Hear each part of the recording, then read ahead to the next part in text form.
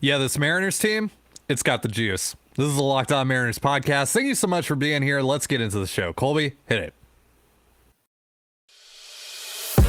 You are Locked On Mariners, your daily Seattle Mariners podcast. Part of the Locked On Podcast Network, your team every day. What's up, everyone? Welcome to the Locked On Mariners podcast. It is Friday, July 15th, 2022, and thank you so much for making us your first listen of the day. We are free and available on all platforms. I am your host, Titan Gonzalez, joined as always by my co-host, Colby Patno. We cover the Mariners over at InsideTheMariners.com for Fan Nation over on the Sports Illustrated Network. Be sure to follow the show on Twitter at LO_Mariners. Follow Inside the Mariners at Inside Mariners. You can follow me at Dane Gonzalez, that's DaneGNZLZ, and Colby at CPAT11. That's CPAT11. Be sure to also check out our Patreon over at patreon.com/Control the Zone. We post 2 additional podcasts on there every single week. And if this is your first time joining us here on the Locked On Mariners podcast, welcome to the show. If you like what you hear, give us a follow or subscribe wherever you're listening to this. And if you're watching us on YouTube, hit the subscribe button, turn on the notification bell, and give this video a thumbs up. We greatly appreciate it. And as you all know, we are hoping to get to 2,000 subscribers by the end of this month. That is our goal. But Colby has a giveaway planned if you help us reach an even larger number. Colby, tell me what you're planning on doing and how many subscribers we need for you to do it. Sure. So I have a very small collection of autograph cards that I've collected over the past year or so, really since the shutdown a few years ago. Giving some of these away. They're pretty popular. But I still have a small collection of cards I haven't given away yet. But that will change if and only if we get to 2,411 subs by the trade deadline. That is 19 days away. 24, Griffey. 11, Edgar. My 2 favorite players. So we get to 2,411. We're about 715 away as of our recording this right now. We've done almost 700 ads in the last 28 days, so you guys are going to have to step it up a little bit. But if we get to that mark, I will give away this numbered jersey patched autographed 2019 Mitch Haniger card. I don't know if you can see this on camera. There we go. If you're not watching on YouTube, Ty can vouch. It is a Mitch Haniger autograph card. There is a piece of the jersey in the card. It is from 2019. It is tops. It is numbered. It is 32 out of 75. We get to 2,411 subs. I'll give this card away to one of our subscribers at random. So, this giveaway will be put out on Twitter, obviously, and all you have to do is subscribe, and you're automatically entered. So, if you haven't subscribed yet and you want a chance to win this card, go ahead and do that. And your odds for a Twitter giveaway are actually pretty good because right now we're only at 1,700-ish. So. It's a very good card. And hey, maybe if you guys, really blow it out and maybe we get to like 3,000, I've got a bigger card over here that I think will be very popular that I really don't want to give away. So get to 2,411 first and then we'll talk. But 19 days until the trade deadline. So if you're not subscribed, please go ahead and do that. Please tell your family, your friends to subscribe. And if we get to our goal here in the next 3 weeks or so, somebody's walking away with this baseball card. It is a nice card. Nice. And the mystery card that he's talking about is one that I kind of hope that he would just give to me instead of giving to you guys. But, the things that I do for you guys, of course. Oh, wow. There Autographed Mike Cameron card. Wow. There it is. Yep. There it is. This is also numbered 34 out of 70. Ty wants this. If you guys get to 3,000, I'll get that away. And I'll bump you one up. If we get to 5,000 by the end of the year, by the end of the season, I may just have to give away the Logan Gilbert autograph graded card. 9.5 Logan Gilbert graded card. We'll see. But first, let's get to 2,411. That's enough of that. We need to talk Mariners baseball because this team, baby. Hey, Colby. Overrated. Overrated. Texas school systems. What? That's what the Texas Rangers fans yelled at the likes of Adam Frazier and Abraham Toro. What are we a doing couple here, guys guys? hitting like a $180. Sure, yeah. Like, were they so drunk that they didn't understand that that's supposed to be like a mock of like Mike Trout? Like, that's something Mariner fans would chant at Mike Trout. Like, they wouldn't bother wasting it on David McKinnon. Like, such a waste. You know I mean, what's I so don't know. funny? That's exactly who I was thinking of too.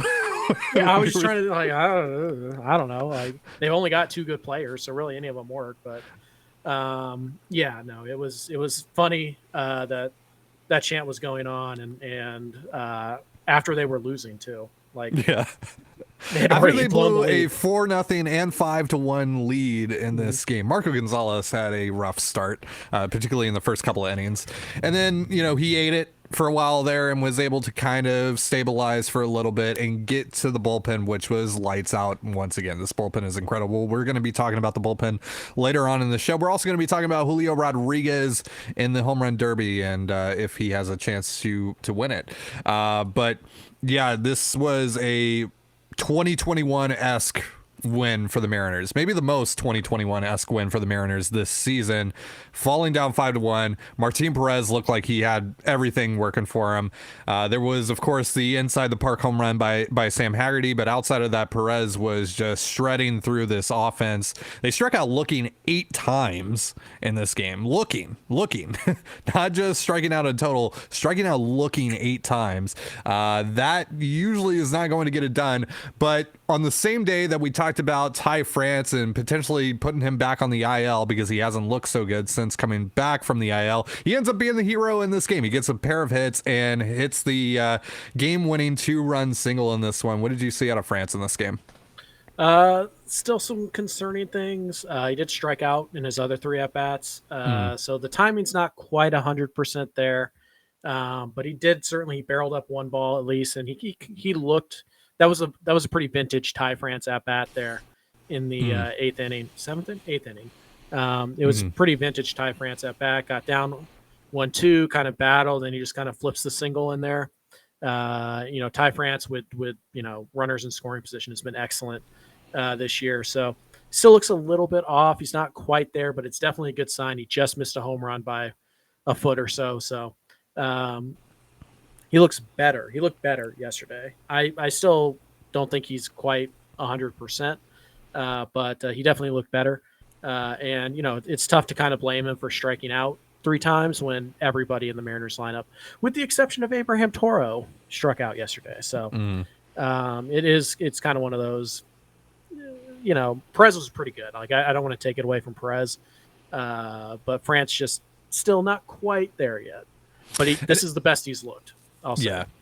And it just kind of felt like this was going to be the end of the win streak. You had JP Crawford scratched before the game started. It's a bruised finger on his throwing hand, so we'll see how long that keeps him out. Of course, the All-Star break is coming up, so that's great for anyone that's dealing with any sort of ailment right now.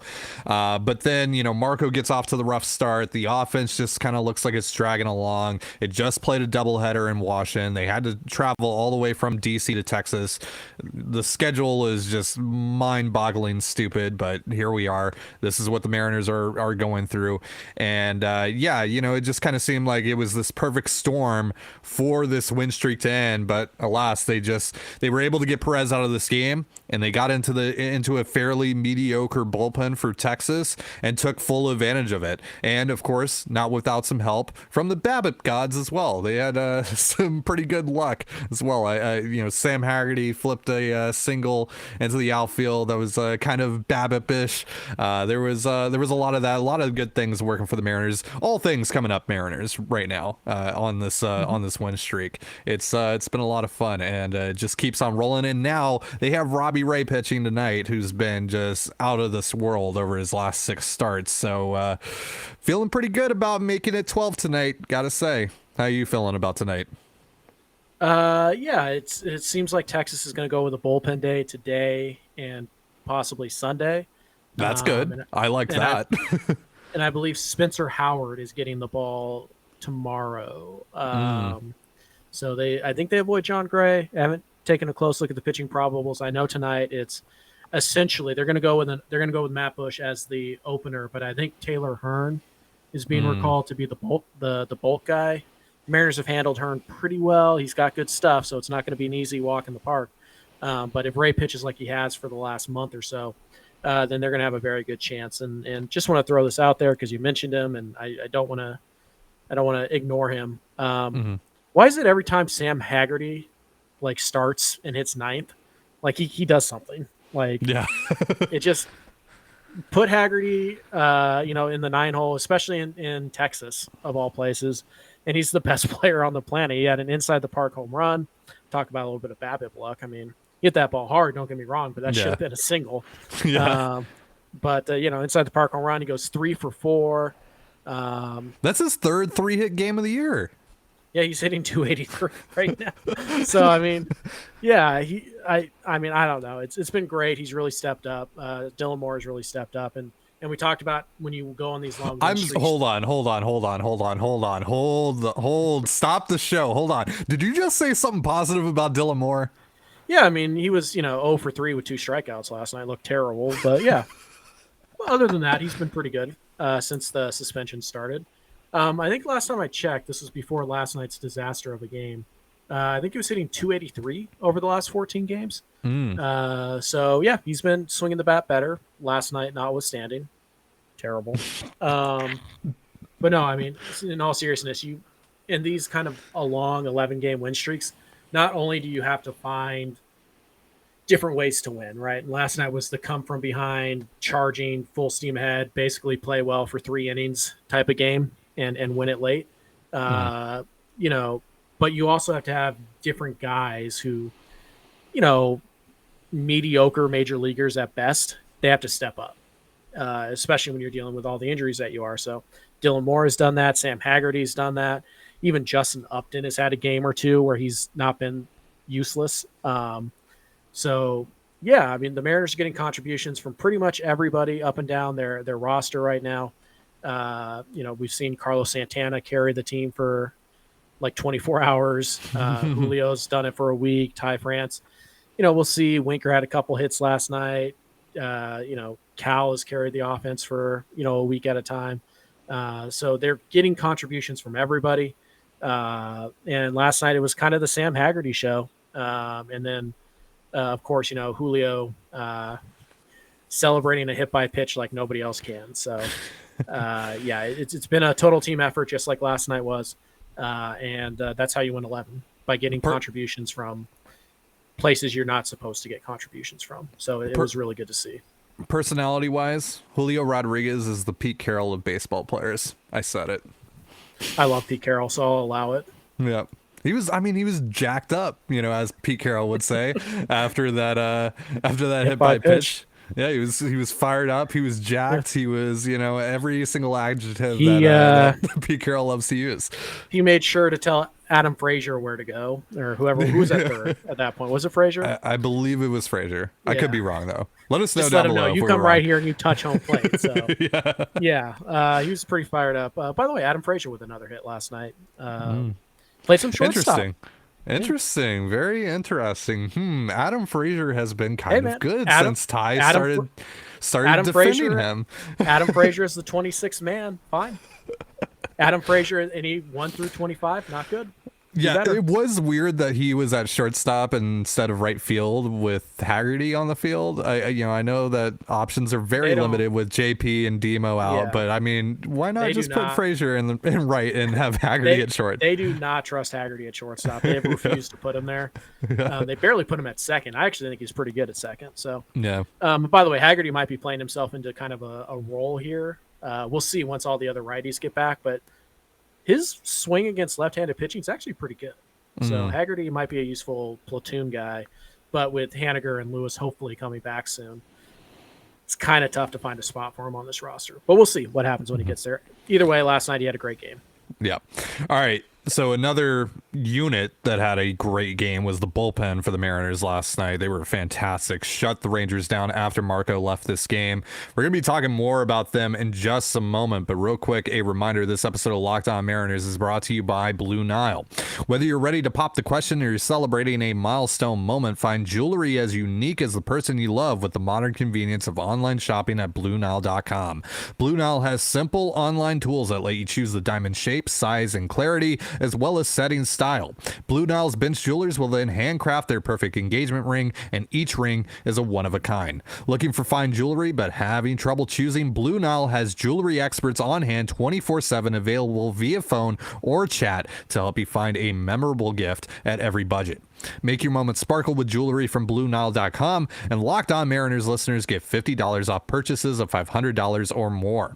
This podcast exclusive includes engagement jewelry as well. Use promo code Locked On, that's LOCKEDON, plus every order is insured, ships for free, and arrives in discreet packaging that won't give away what's inside. Shop stress-free and find your forever piece. Go to BlueNile.com today. You're listening to the Locked On Mariners podcast. Thank you so much for making us your first listen of the day, just like you do here every single day. We greatly appreciate the support. And folks, apologies for the technical issues that we ran into yesterday. Seems like everything is fixed today, and more importantly, Colby has ordered a new microphone. So get excited, folks. Next week's slate of shows should sound even better. So I'm probably still going to use this one though. You're just gonna show the microphone on camera and just like rub it in everyone's faces like, hey, I got this, you want me to use that, huh? Yeah, you're gonna throw it over your shoulder like Luke Skywalker in episode 8, huh? Yeah.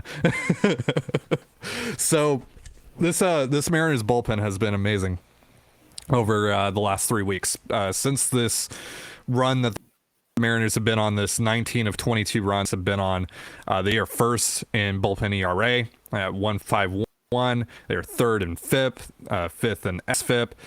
And interestingly enough, they're 25th in innings pitched, 71 and 2/3 innings pitched. And a lot of that, of course, is credit to the Mariners starting rotation. The Mariners bullpen hasn't had to take on a lot of high stress innings and a lot of just inning in general. So it's been relatively fresh for the most part. They've been able to use their best guys on most nights. It's been huge for them. What have you seen out of the bullpen lately? Yeah, it's worth note. Yes, the starting pitching has been much better, and that does help. Also, those numbers are even a bit more skewed because they've had to use an opener twice now, and it sounds like they're probably going to have to cover multiple innings on Sunday. Chris Flexen going on short rest. I can't imagine they're going to let him go his normal 100 pitches. But out of the bullpen, it's worth noting that it's not just that they're pitching better. They are. Seawald has kind of worked past some issues. Castillo certainly has. Munoz as well. But there have been changes based on, roughly in that same time period. Sergio Romo is out. Drew Steckenrider is out. Anthony Mashevitz is out. They've been replaced. Their roles have basically been replaced by Ryan Barucki, who's been pretty good, by Penn Murphy, who's been pretty good. And now Matt Brash has kind of stepped in as a high leverage type of, high leverage stuff. I wouldn't trust him yet in high leverage spots, even though the Mariners already have. So, it's not just that the starting pitching is better. It is, and they're going deeper, but it's also because they've added some new faces to that bullpen, and they're all performing pretty well. Yeah, they have been fantastic. I mean, they are, let's see here. They are, where is the hard hit rate numbers? They are second in hard hit rate right now, 29.4% of the time. They're generating a lot of weak contact, and they're not necessarily keeping the ball on the ground. They're 29th right now in ground ball rate, but because they are generating so much weak contact, doesn't really matter right now. I would like to see the ground balls go up because of just considering who you have in your corner outfield spots on most nights. But this is fine for now. And they're also missing a ton of bats, 13% whiff rate, and 29.2% called strike plus whiff rate. That's 10th best in the league. Again, the whiff rate is second best in the league. They are also getting a little bit lucky. 224 BABIP. That's first in baseball. That's the...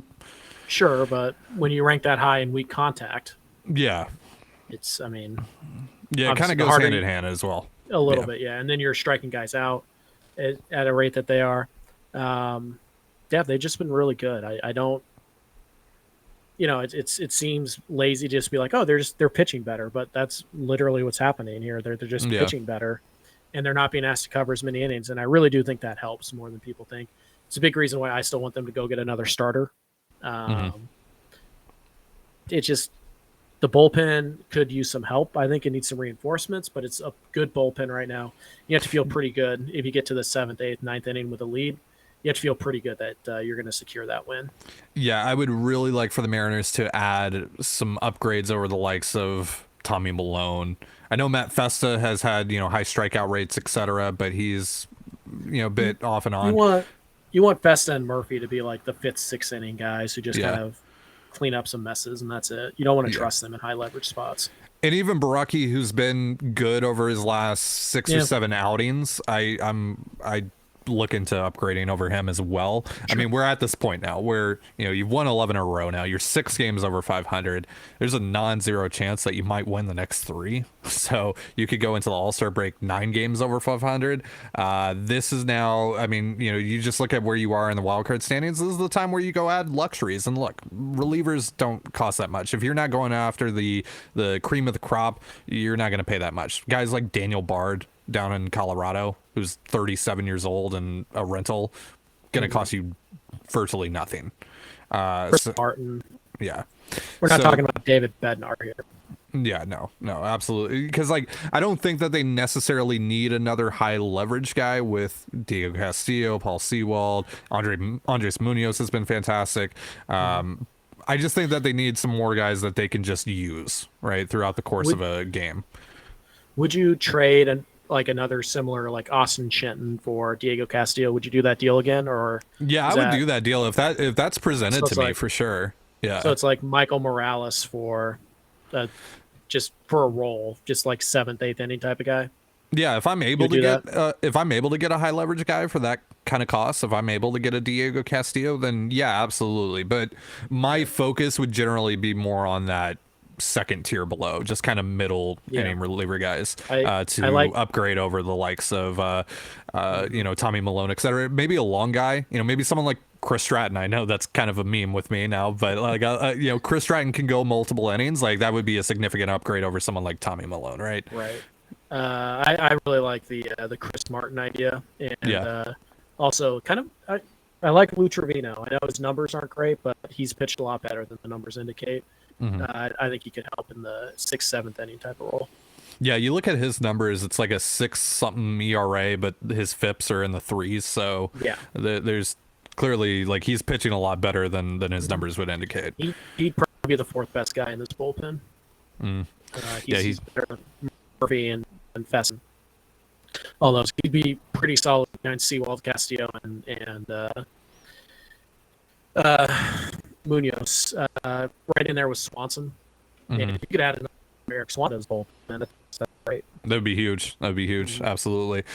All right, so Julio Rodriguez, we didn't get a chance to talk about this on yesterday. Julio Rodriguez is going to be in the Home Run Derby on Monday. We'll probably talk a little bit more about that on Monday, but let's look at his chances for winning in just a moment. But real quick, a reminder, this episode of Locked On Mariners is brought to you by betonline.net.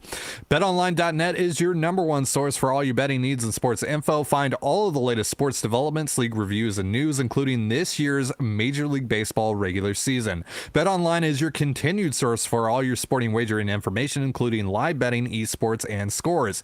And betonline.net remains the best spot for all your sports scores, podcasts, and news this season. It is the fastest and easiest way to check in on all your favorite sports and events, including MMA, boxing, and golf. Head to the website today or use your mobile device to learn more about the trends and action. BetOnline is where the game starts. And before we talk about Julio in the Derby, I just want to give a quick shout out to the Locked On MLB podcast, which I hopped on last night with Paul Francis Sullivan, talking about this Mariners win streak, this great Mariners win streak. So be sure to go check that out after you're done listening to us. So let's talk about Julio Rodriguez here, who's in the Home Run Derby, and I'm pretty excited about that. Not a huge Home Run Derby guy. Colby definitely isn't a huge Home Run Derby guy. Actually, no, you're a big Derby guy. You love the Derby, right?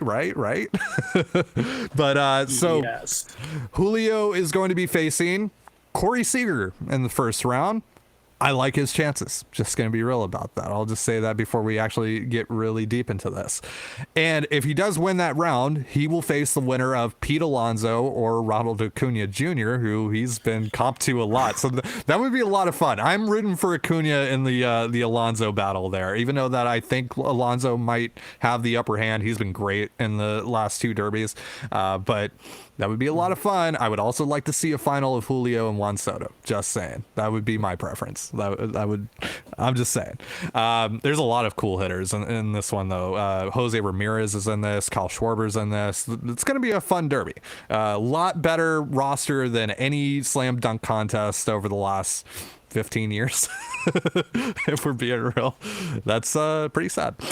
So what do you think about Julio's chances? Knowing that the power that he has, and just overall the personality too, how fun he is, but knowing the power that he has, I haven't seen any of his BPs, so I don't know what his BP power is like. I'm sure it's great. I'm sure he, crushes dingers all the time. But what do you think about his odds of making it through this thing and maybe even winning? Well, let's start here. We do not besmirch the great Nate Robinson on this podcast. Yes, so of course. You can take back your dunk. Was analysis. that fewer than 15 years ago though? Pretty sure. Crypto Nate when he jumped over Howard. Oh yeah, that might have been like 09 or something. Yeah, yeah, you're right. Close to 15 years, but whatever. Yeah. The interesting thing about Julio is that he's not it's not like a batting practice. Like I got to get there to watch Julio take BP. It's not really what he is. He really does spin his BP, trying to hit the ball the other way. He's working on stuff. He's, he does like kind of the classic, and then the last round he'll kind of let it loose a little bit. But he's a very mature, BP taker. He's not trying to hit home runs in his batting practice. So this will be a little bit different for him. But obviously, we know he generates a ton of bat speed. We know that he can hit high fly balls. He can hit line drives. He can, pull out the 4-iron and hit a stinger. Like he's got all those home run possibilities in his back pocket. It'll be interesting to see like the strategy he uses. Some guys, they just go up there and swing. Right. And it is what it is. It's time now. There's not out. So, you just go up there, take your swings. Some guys attempt to go for like low screaming line drives to try and get more pitches. So we'll see if Julio's got a plan or if he's just kind of there to have fun. I think he's got a shot. I think he's the second. I think he has the second lowest odds right now to win the Derby. That's a pretty good value bet. Pujols, of course, has the worst value, which good. I'll be mad if Pujols gets out of the first round. To be honest, do you think that he'll? How many do you think he'll actually hit, Pujols? Like 15, just to spite. Oh, really? Me. You think he could actually still do that? I think he can, and he probably will. Just like I said, just to spite me, because I don't think Pujols deserves to be there in any capacity. But whatever, he's a legacy. I think he'll actually do pretty well. But we'll see. It's just one of those things. My main concern is that Julio doesn't go out there and hurt himself, which we've seen Julio really try to like swing as hard as he can, and it's terrifying every time he does it. But also I just don't want him to get a zero. Like, don't get Cano, don't get Brett Boone. Like, go out there, put up, have a respectable number and get out of there. I mean, since the days of Griffey, Mariners hitters have not fared very well in the home run derby. Not at all. I don't think Cano's zero came with the Mariners, though. No, that one did. We always have this conversation every time we talk about Cano in the Derby. It shows how much I love the Derby that I can't remember. It was Cano had the zero in San Diego. I'm pretty sure. If I'm wrong, please correct me down in the comments. But I'm pretty sure his zero was in San Diego, and then Kansas City. I don't know what he did in Kansas City. I remember the year that he won, where his dad was throwing to him. Yeah. Was that in Kansas City? It must have been. I can't imagine Cano did more than 2 derbies. Yeah, right? No, I feel like he was at the one at Yankee Stadium, the one that Harper won. Wait, no, did Harper win that one? That was oh no, that was Josh Hamilton. The show's off the rails.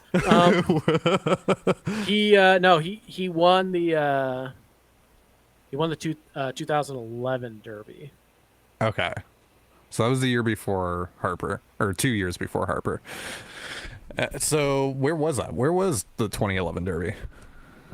You know? Let's do some quick Wikipedia.